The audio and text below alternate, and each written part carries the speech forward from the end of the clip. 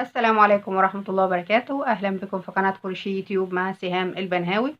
النهاردة هنعمل بلوزة زي ما احنا شايفين كده بصدر دائري. غرزتها جميلة جدا وسهلة وبسيطة.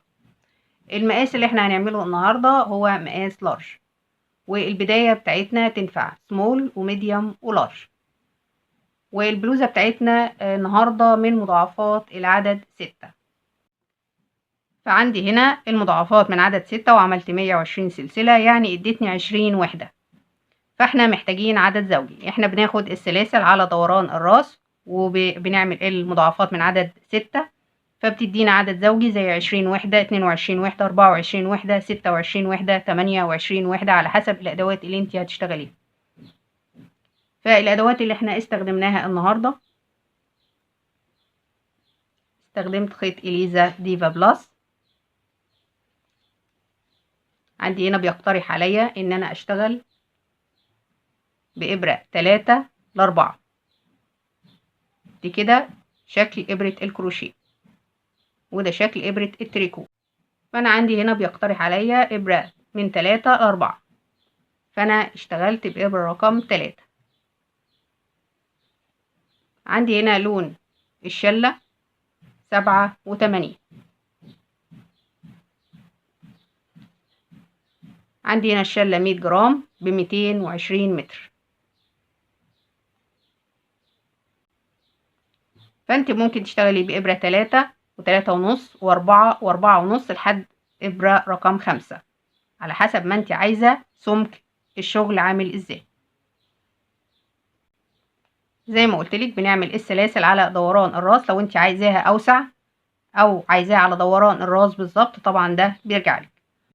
وزي ما قلتلك احنا بنعمل السلاسل على دوران الراس من مضاعفات العدد 6، ولازم يكون العدد زوجي، يعني 20 وحدة، 22، 24 وهكذا.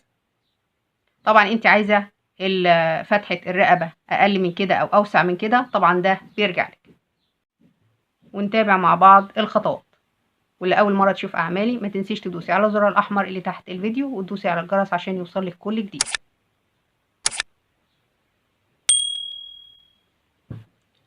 في البدايه هنبتدي السلاسل بتاعتنا من مضاعفات العدد 6. 1 2 3 4 5 6. انا كده عملت 120 سلسله. بفردها بالطريقه دي كده.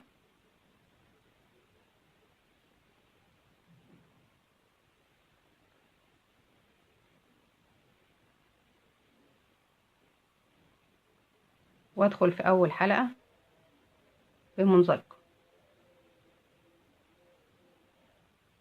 وارتفع السلسله، وفي نفس المكان بشتغل غرزه حشو. فوق كل غرزه هشتغل غرزه حشو. في النهاية هيبقى عندي 120 غرزة حشو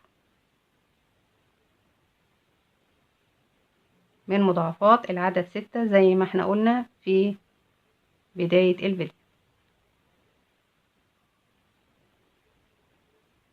اكمل وارجع لكم. وصلت لنهاية السطر واشتغلت اخر غرزة وعديت الغرز 120 غرزة. هاجي هنا في اول غرزة حشو واخد منزلقة وارتفع سلسلة، وفي نفس المكان هشتغل غرزة حشو وارتفع 1 2 3 4 5 6 7، وعد 1 2 3 4 5، وفي الغرزة رقم 6 اخد حشو وارتفع 1 2 3 4 5 6 7، واسيب 1 2 3 4 5، وفي الغرزة رقم 6 اشتغل حشو واكرر لنهاية السطر بنفس الخطوات. وصلت لنهاية السطر اخر 7 سلاسل، وهاجي هنا في اول غرزة وهشتغل منزلقة. كده اصبح عندي 20 فراغ. 1 2 3 4 5 6 7 8 9 10 11 12 13 14 15 16 17 18 19 20. لازم يطلع عندي عدد فراغات زوجي. هاجي هنا في ال7 سلاسل واشتغل منزلقة في اول غرزة، التانية التالتة، الرابعة، وارتفع سلسلة وفي نفس المكان هاخد حشو، واجي هنا في الحشو هشتغل غرزة صدفة، عمود،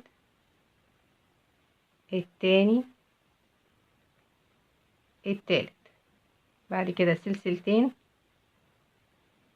وتلات عواميد في نفس المكان، 1 2 3، واجي هنا في السلاسل اخد حشو واروح على الحشو واشتغل صدفة، عمود، التاني، التالت، بعد كده سلسلتين وتلات عواميد في نفس المكان، 1 2 3، وفي السلاسل هاخد حشو بالشكل ده واكرر لنهاية السطر. وصلت لنهاية السطر زي ما احنا شايفين، اشتغلنا اخر صدفة، وهاجي هنا في غرزة الحشو واخد منزلقة بالشكل ده، بعد كده هاخد منزلقة بمنزلقة بمنزلقة، واجي هنا في الفراغ واخد منزلقة وارتفع سلسلة وفي نفس المكان غرزة حشو، بعد كده ارتفع 1 2 3 وفي نفس المكان غرزة حشو بالشكل ده، بعد كده ارتفع 1 2 3 4 5 6 واروح على السلاسل اللي بعدها اللي في الصدفة واشتغل حشو، 1 2 3 3 سلاسل وفي نفس المكان حشو، ارتفع 1 2 3 4 5 6 واروح على السلاسل اللي في الصدفة واخد حشو وارتفع 1 2 3 وفي نفس المكان غرزة حشو بالشكل ده واكرر لنهاية السطر. وصلت لنهاية السطر زي ما احنا شايفين، واشتغلت 6 سلاسل، وهاجي هنا في اول غرزة حشو واخد منزلقة وادخل في الثلاث سلاسل واخد منزلقة وارتفع 1 2 3 بمثابة عمود، كمان عمود، التالت، بعد كده اشتغل 1 2 3 3 سلاسل وفي نفس المكان 3 عواميد، 1 2 3، بعد كده اخد حشو واروح على الثلاث سلاسل اللي جنبهم واشتغل برضو 3 عواميد،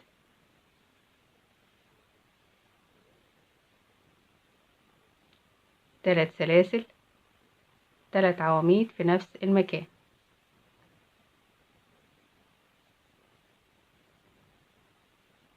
واروح على ال6 سلاسل واخد حشو واكرر لنهاية السطر.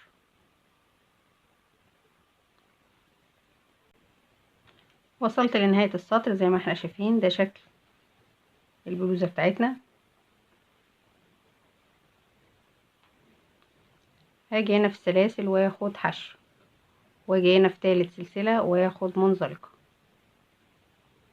بالشكل ده، بعد كده اخد منزلقة في منزلقة في منزلقة لحد ما وصلت عند الفراغ وارتفع 1 2 3 4، 4 سلاسل بمثابة عمود بلفتين، هشتغل عمود بلفتين، التاني، التالت، الرابع، الخامس بالشكل ده،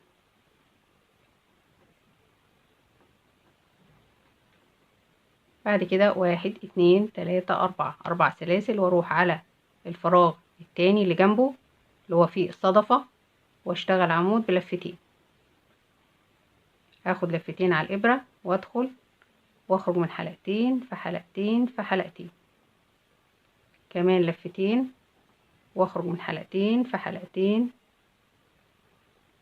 في حلقتين، لفتين واخرج من حلقتين في حلقتين في حلقتين.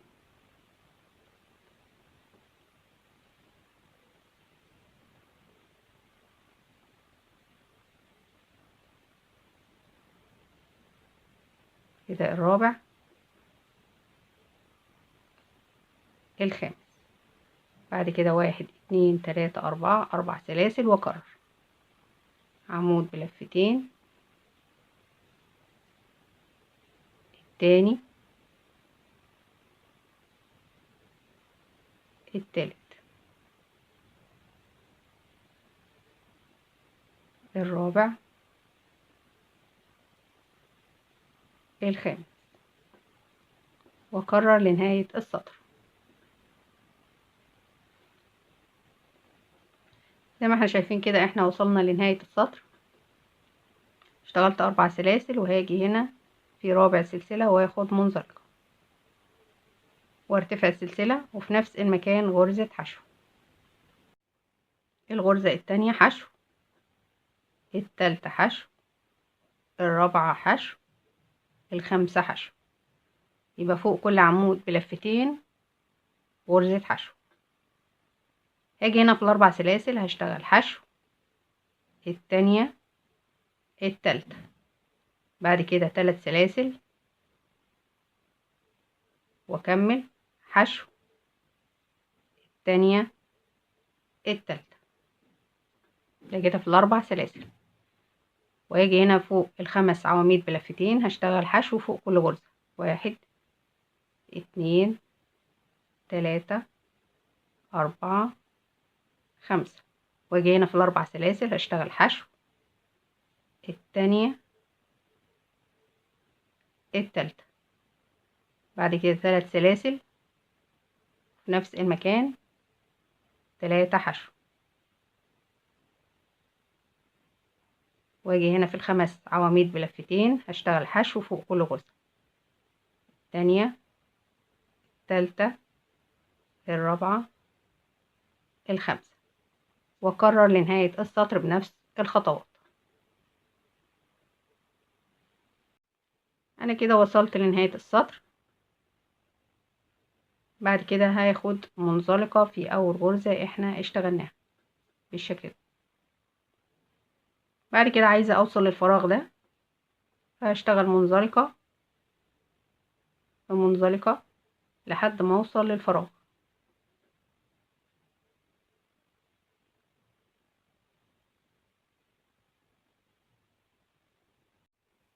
وصلت للفراغ وهاخد منزلقة وارتفع 1 2 3 واخد عمود كده 2 عمود، التالت، الرابع، بعد كده 1 2 3 3 سلاسل وفي نفس المكان 4 عواميد، التاني، التالت، الرابع بالشكل ده.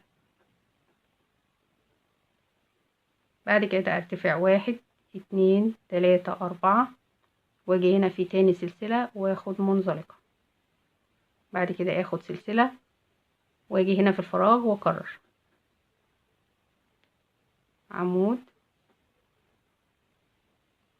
التاني، التالت، الرابع، بعد كده 3 سلاسل في نفس المكان 4 عواميد، 1 2 3 4 وارتفع 1 2 3 4 واجي هنا في تاني سلسلة واخد منزلقة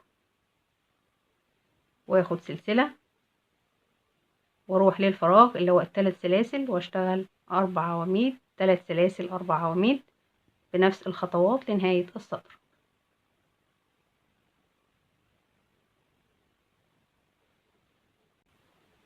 وصلت لنهاية السطر زي ما احنا شايفين كده. اشتغلنا 4 عواميد، 3 سلاسل 4 عواميد، بعد كده 1 2 3 4 واجي هنا في تاني سلسلة واخد منزلقة واخد سلسلة واقفل في اول غرزة احنا اشتغلناها في تالت سلسلة بمنزلقة بالشكل ده.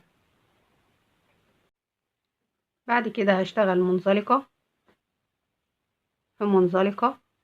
عندي هنا رابع عمود منزلقة وارتفاع سلسلة واشتغل في نفس المكان حشو فوق رابع عمود.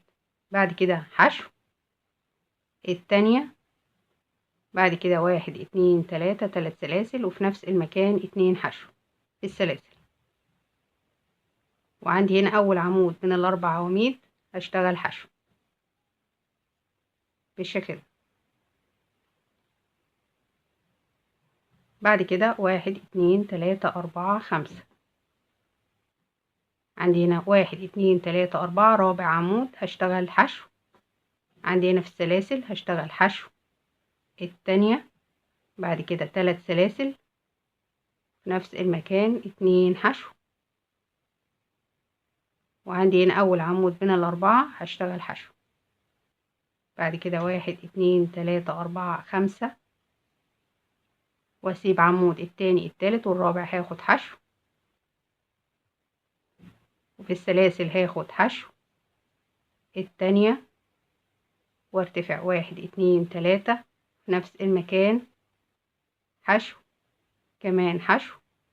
وعندي هنا اول عمود من الاربعة هشتغل حشو واكرر لنهاية السطر بنفس الخطوات.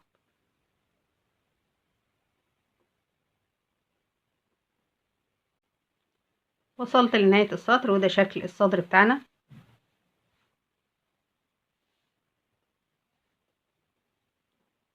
اشتغلت اخر حاجة 5 سلاسل.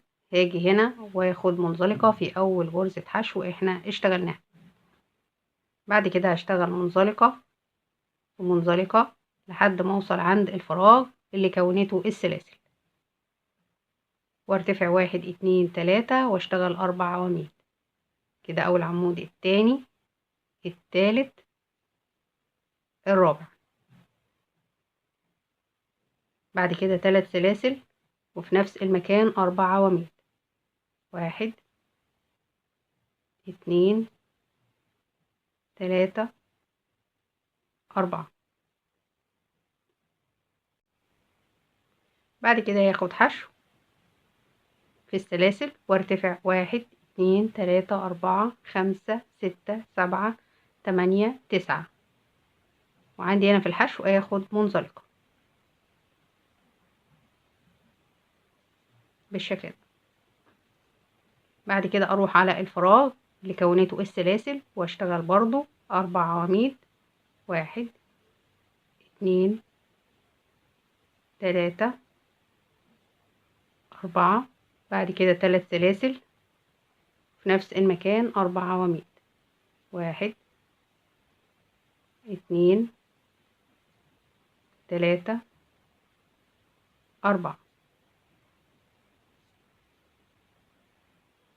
واروح على السلاسل واخد حشو وارتفع 1 2 3 4 5 6 7 8 9.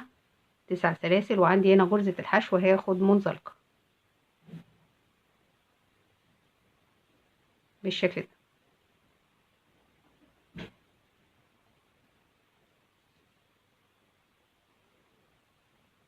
واروح على الفراغ اللي بعده اللي كونته السلاسل واشتغل برضو غرزة الصدفة عبارة عن 4 عواميد 3 سلاسل 4 عواميد. بعد كده اروح للسلاسل واخد حشو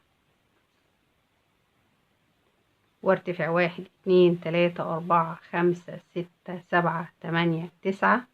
وفي الحشو هاخد منزلقة بالشكل ده واكرر لنهاية السطر نفس الخطوات. انا كده وصلت لنهاية السطر واشتغلت اخر حاجة 9 سلاسل ومنزلقة في الحشو. بعد كده هاجي عند تالت سلسلة واخد منزلقة. عايزة اوصل للفراغ فهشتغل منزلقة في منزلقة في منزلقة. وصلت عند الفراغ واشتغلت منزلقة وارتفاع سلسلة واخد حشو كمان حشو. يبقى كده 2 حشو وارتفع 1 2 3 4 5. وعندي هنا 9 سلاسل هشتغل 2 حشو 1 2 3 4 5 وعندي هنا في الفراغ اشتغل 2 حشو بالشكل ده.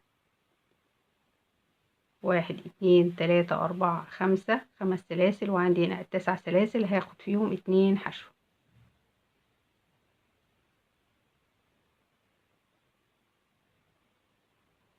واحد 2 3 4 5 واجي هنا في الفراغ اشتغل 2 حشو. 1 2 3 4 5 2 حشو واكرر لنهاية السطر.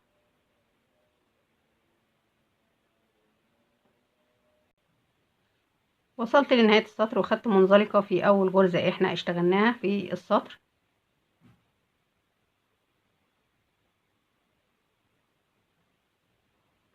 واحد 2 3 4 5 وهقفل في اول غرزة بمنزلقة. بعد كده ارتفع السلسلة واخد اول غرزة وتاني غرزة حشو هاخدهم في حلقة واحدة، يعني غرزة حشو واحدة. بعد كده هدخل على ال5 سلاسل واشتغل 6 غرز حشو. 1 2 3 4 5 6 والاتنين حشو هشتغلهم في غرزة واحدة تناقص. ال5 سلاسل هشتغل 6 حشو. 2 3 4 5 6 وعندي الاتنين حشو هشتغلهم تناقص غرزتين في غرزة واحدة. وال5 سلاسل هشتغل 6 حشو. 3 4 5 6 والغرزتين حشو هشتغلهم تناقص غرزتين في غرزة واحدة واكرر نفس الخطوات لنهاية السطر. وصلت لنهاية السطر وهقفل في اول غرزة احنا اشتغلناها وادخل على الغرزة اللي بعدها بمنزلقة وارتفع السلسلة وفي نفس المكان هشتغل غرزة حشو. التانية التالتة الرابعة الخامسة الستة وهتخطى غرزة واروح للي بعدها واشتغل حشو. التانية التالتة الرابعة الخامسة الستة وهتخطى غرزة واروح للي بعدها واشتغل 6 غرز حشو.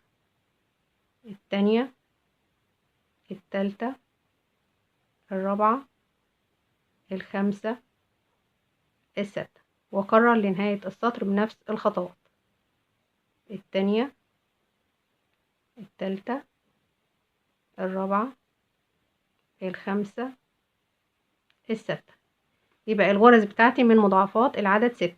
هتخطى غرزة واروح للي بعدها واشتغل 1 2 3 4 5 6 اكمل وارجع لكم. وصلت لنهاية السطر واقفل في اول غرزة بمنزلقة وارتفع 1 2 3 بمثابة عمود وفي نفس المكان عمود. الغرزة اللي بعدها كمان عمود. بعد كده السلسلة وهسيب غرزة التانية وادخل في التالتة هاخد عمود وارجع للغرزة اللي قبلها غرزة رقم 2 واخد عمود اللي هي غرزة حرف اكس. بعد كده السلسلة واسيب غرزة واروح للي بعدها اشتغل عمود في نفس المكان عمود والغرزة اللي بعدها كمان عمود واخد سلسلة واسيب غرزة التانية واروح للتالتة اشتغل عمود واروح للغرزة اللي قبلها واشتغل عمود اللي هي غرزة حرف اكس. بعد كده اخد سلسلة واسيب غرزة واروح للي بعدها واخد عمود في نفس المكان عمود والغرزة اللي بعدها كمان عمود واخد سلسلة واسيب غرزة التانية وادخل في التالتة اخد عمود واروح للغرزة التانية واخد عمود بالعكس بالشكل ده واخد سلسلة واسيب غرزة واروح للي بعدها اخد عمود في نفس المكان عمود، والغرزة اللي بعدها كمان عمود، سلسلة، واكرر لنهاية السطر نفس الخطوات.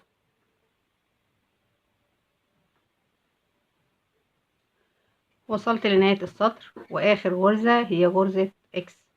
بعد كده هاخد سلسلة واقفل في تالت سلسلة من سلاسل الارتفاع بمنزلقة، وارتفع 1 2 3 بمثابة عمود، واشتغل عمود فوق كل عمود كده، التاني التالت.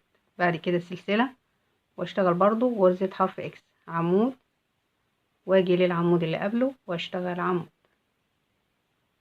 بالشكل ده، واخد سلسلة واشتغل عمود فوق كل عمود، 1 2 3، سلسلة واشتغل غرزة حرف اكس، عمود، واجي للعمود اللي قبله واشتغل عمود، سلسلة واشتغل عمود فوق كل عمود. هكمل بنفس الخطوات واعمل كمان السطر التالت، يبقى عندي كده السطر الاول والتاني والتالت بنفس الخطوات، 3 عواميد، سلسلة، غرزة حرف اكس، سلسلة، 3 عواميد. اكمل وارجع لكم. زي ما احنا شايفين كده احنا اشتغلنا 3 سطور زي ما احنا قلنا، زي ما احنا شايفين كده.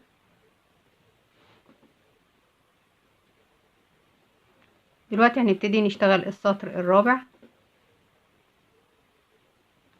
انا كده ارتفعت 3 سلاسل بمثابة عمود، العمود التاني، التالت، بعد كده سلسلة واشتغل غرزة حرف اكس، بعد كده سلسلتين واشتغل عمود فوق كل عمود،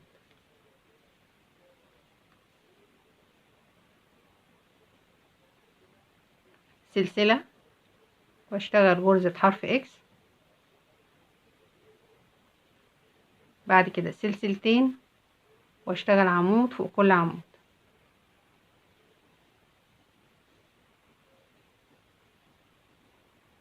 واكرر لنهاية السطر.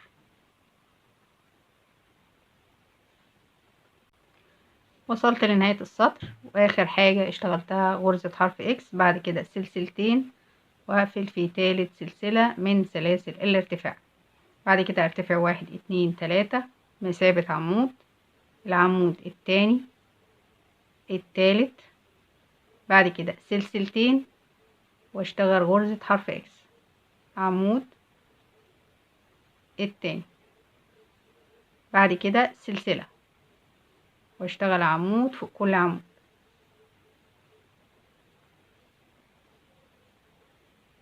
بعد كده سلسلتين واشتغل غرزة حرف اكس، بعد كده سلسلة واشتغل عمود التاني، التالت، بعد كده سلسلتين، واكرر لنهاية السطر. وصلت لنهاية السطر بعد غرزة حرف اكس هاخد سلسلة واقفل في تالت سلسلة من سلاسل الارتفاع بمنزلقة، هرتفع 1 2 3 بمثابة عمود، العمود التاني، التالت، بعد كده سلسلتين واشتغل غرزة حرف اكس، سلسلتين واشتغل 3 عواميد، 1 2 3، سلسلتين واشتغل غرزة حرف اكس، سلسلتين واشتغل 3 عواميد،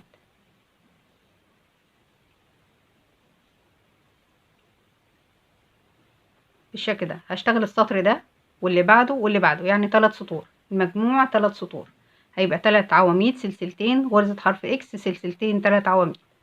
اكرر وارجع لكم.